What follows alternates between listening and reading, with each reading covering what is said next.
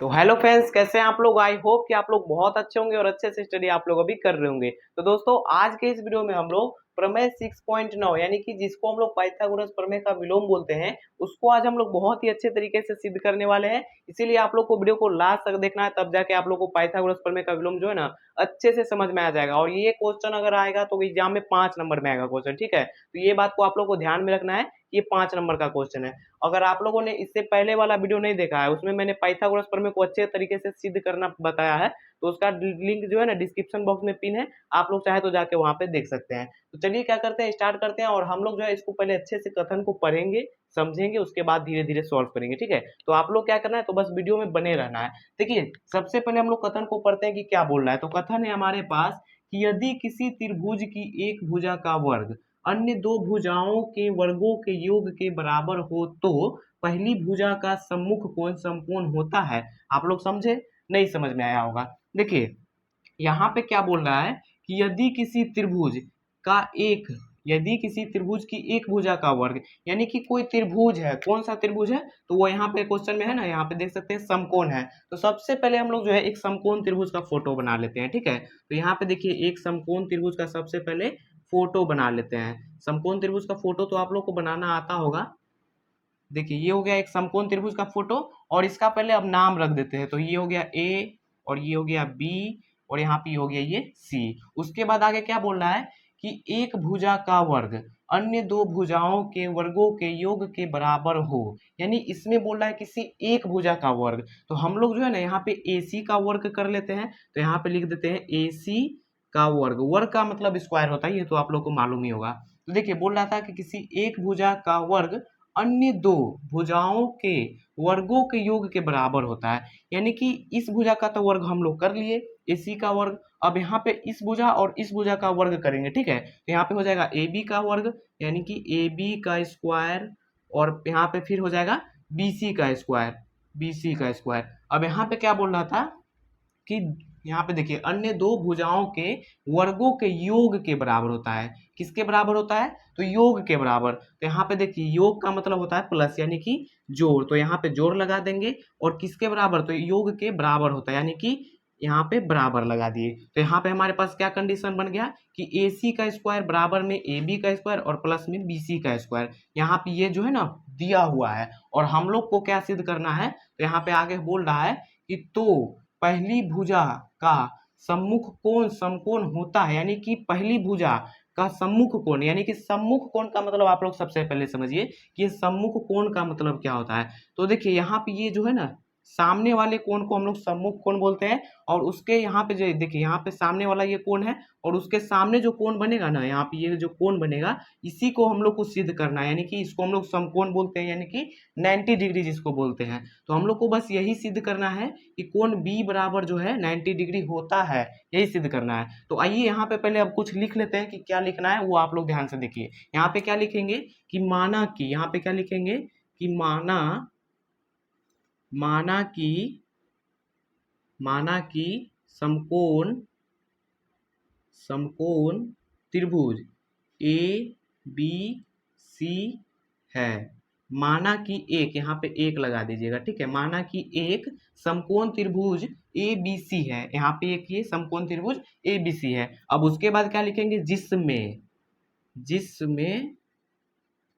जिसमें क्या है, तो जिसमें यहाँ पे देख सकते हैं कि दिया है, क्या दिया हुआ है, तो AC का स्क्वायर बराबर में AB का स्क्वायर और प्लस में BC का स्क्वायर। बस यही कंडीशन को हम लोग को यहाँ पे लिख देना है कि जिसमें AC का स्क्वायर बराबर AB का स्क्वायर और प्लस में BC का स्क्वायर दिया है। और उसके बाद क्या है, तो उसके बाद हम लोग को अब सिद्ध क्या करना है, इतना तो लिख दिए। अब उसके बाद सिद्ध क्या करना है वो पता होगा, तब जाके ना सिद्ध करेंगे। तो आप लोग को तो मैंने बोला ना कि कोण B यानी कि 90 डिग्री होता है, बस वही सिद्ध करना है। तो यहाँ पे लिखेंगे सिद्ध करना है। इसके बाद क्या लिख देंगे, तो सिद्ध करना है कि कोण B बराबर 90 डिग्री है, बस यही सिद्ध करके हम लोग को लाना है, ठीक है। तो उसके बाद अब हम लोग क्या करेंगे, इतना तक तो आप लोग समझ गए पूरा अच्छा तरीका से कि यहाँ पे देखिए फोटो बनाने के बाद हम लोग इसको यहाँ पे लिख दिए कि एक माना कि एक समकोण त्रिभुज एबीसी है जिसमें एसी का यानी कि ये जो कंडीशन है वहाँ पे मैंने आप लोगों को समझा ही दिया था, यहाँ पे बस वही कंडीशन को यहाँ पे लिख दिया है और यहाँ पे दिया है और सिद्ध क्या करना है, तो कोण बी बराबर 90 डिग्री है। अब उसके आगे क्या करेंगे, तो रचना करेंगे, क्या करेंगे, तो रचना। तो यहाँ पे आइए लिख देते हैं रचना, रचना, क्योंकि बिना रचना किए हुए तो ये सिद्ध होगा नहीं। तो रचना कैसे करेंगे, तो यहाँ पे देखिए रचना करने के लिए हम लोग को एक और समकोण त्रिभुज बनाना होगा, ठीक है। तो आइए हम लोग एक और बना लेते हैं, तो यहाँ पे एक और बना लेते हैं समकोण त्रिभुज। तो देखिए एक और समकोण त्रिभुज बना लिया और इसका अब हम लोग नाम रख देते हैं, इसमें एबीसी है ना तो इसमें पी क्यू आर रख देते हैं, पी क्यू आर। और यहाँ पे देखिए अब यहाँ पे रचना में क्या करेंगे कि हम लोग वही जो बनाए ना फोटो, बस वही चीज को यहाँ पे लिखेंगे कि, तो यहाँ पे लिखेंगे कि एक जो हम लोग फोटो बनाए ना बस वही लिखना है कि लिखेंगे समकोण एक समकोण त्रिभुज पी क्यू आर बनाया एक समकोण त्रिभुज पी क्यू आर बनाया जिसमें कोण क्यू क्या है, यहाँ पे देख सकते हैं कि कोण क्यू इसमें भी 90 डिग्री होगा क्योंकि इसमें कोण बी 90 डिग्री है तो इसमें कोण क्यू भी 90 डिग्री होगा। तो कोण क्यू कितना है, तो 90 डिग्री है तथा यहाँ पे देखिए कोण क्यू तो 90 डिग्री हो गया तथा देखिए ए बी बराबर में क्या हो जाएगा, तो पी क्यू, यानी ये भुजा जो है इस भुजा के बराबर है और ये भुजा जो है इस भुजा के बराबर है। तो बस वही चीज को यहाँ पे लिख देना है कि तथा क्यू आर, यहाँ पे देखिए पी क्यू के बराबर क्या हो जाएगा, पी क्यू के बराबर में क्या हो जाएगा, तो ए बी हो जाएगा। तो यहाँ पे लिख दिए ए बी और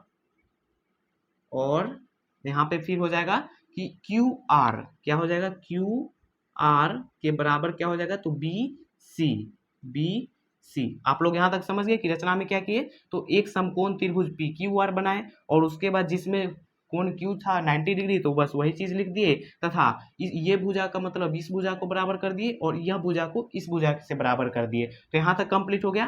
तो यहाँ पे देखिए पी क्यू बराबर में ए बी हो गया और क्यू आर बराबर में बी सी हो गया। तो यहाँ पे लिखेंगे कि बी सी है।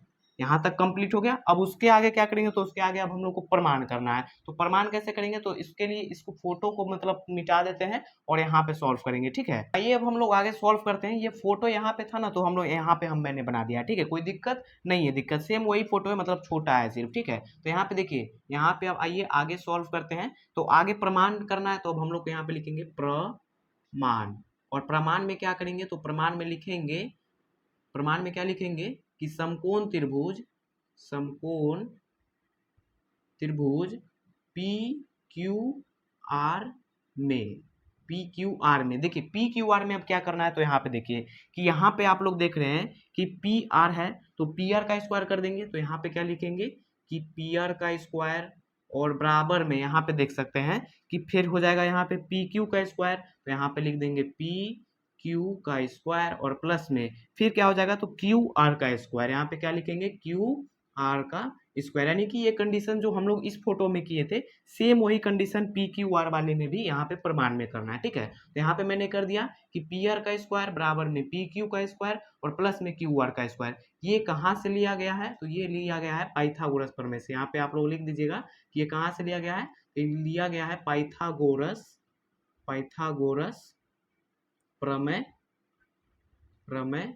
से, ठीक है। तो ये पाइथागोरस प्रमेय से लिया गया है, इसके सामने आप लोग लिखिएगा, ठीक है। यहाँ पे जगह नहीं है तो यहाँ पे छोटा छोटा लिख दिए। अब उसके आगे क्या करेंगे, तो यहाँ पे देखिए पी आर का स्क्वायर है तो यहाँ पे रहने देंगे ये पी आर का स्क्वायर ही, यहाँ पे क्या रहेगा, पी आर का स्क्वायर ही रहेगा और बराबर में यहाँ पे देखिए यहाँ पे पी क्यू का स्क्वायर है ना। तो यहाँ पे आप लोग ध्यान से देखिए, यहाँ पे रचना में हम लोग किए थे ना कि जिसमें कोण क्यू 90 डिग्री है तथा पी क्यू बराबर में ए बी है।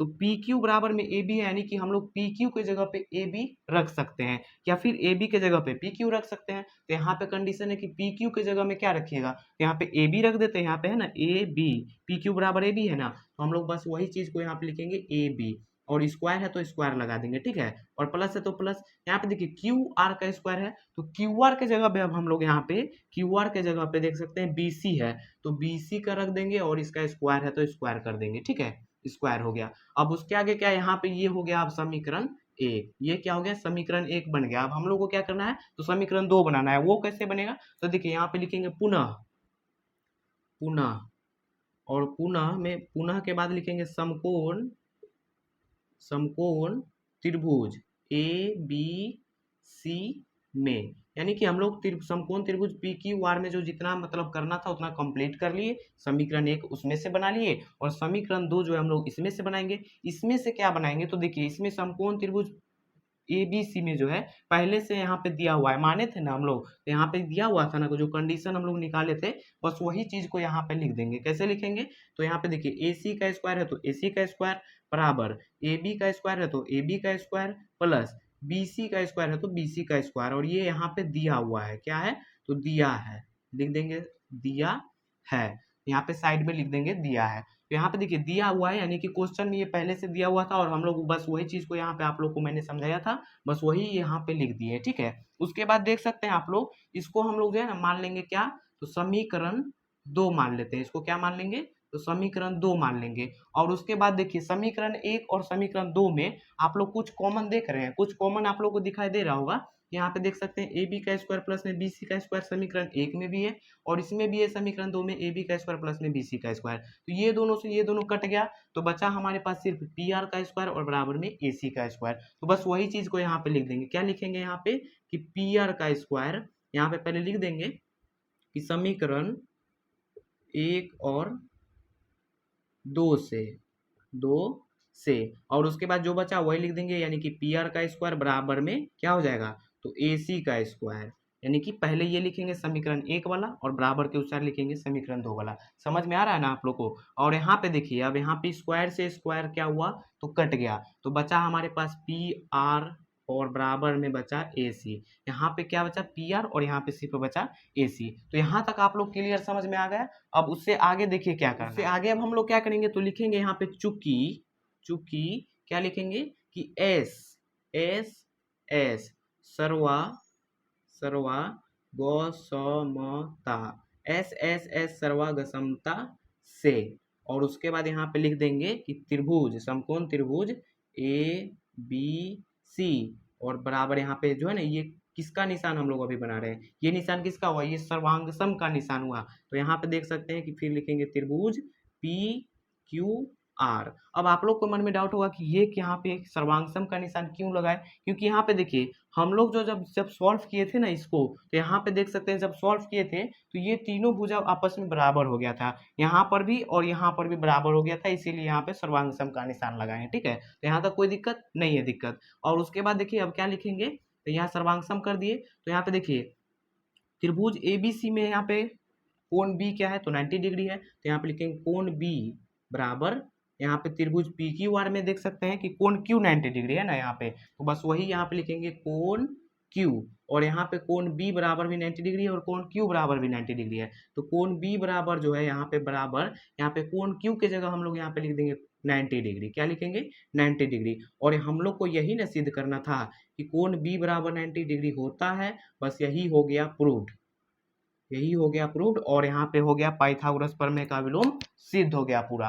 तो उम्मीद करता हूँ कि आप लोग को यह पाइथागोरस प्रमेय का मतलब विलोम जो है पूरा अच्छे तरीके से समझ में आ गया होगा।